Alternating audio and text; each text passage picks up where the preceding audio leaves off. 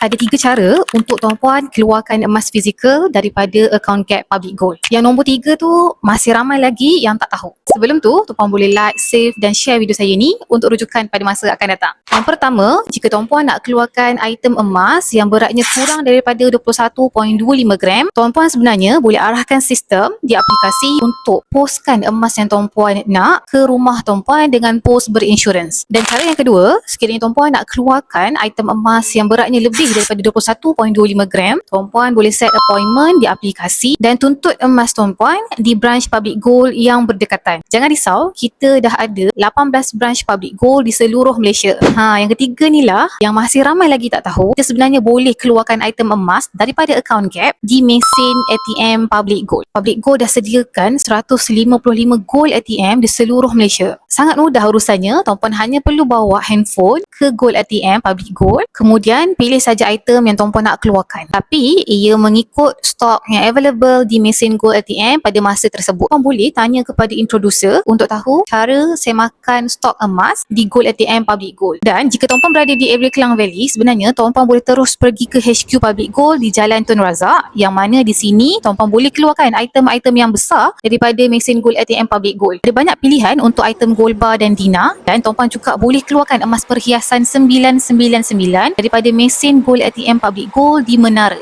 Jadi jom mula simpan emas sekarang. Tuan-puan boleh isi borang sign up di bio saya. Kemudian saya akan hubungi tuan-puan untuk bimbingan selanjutnya.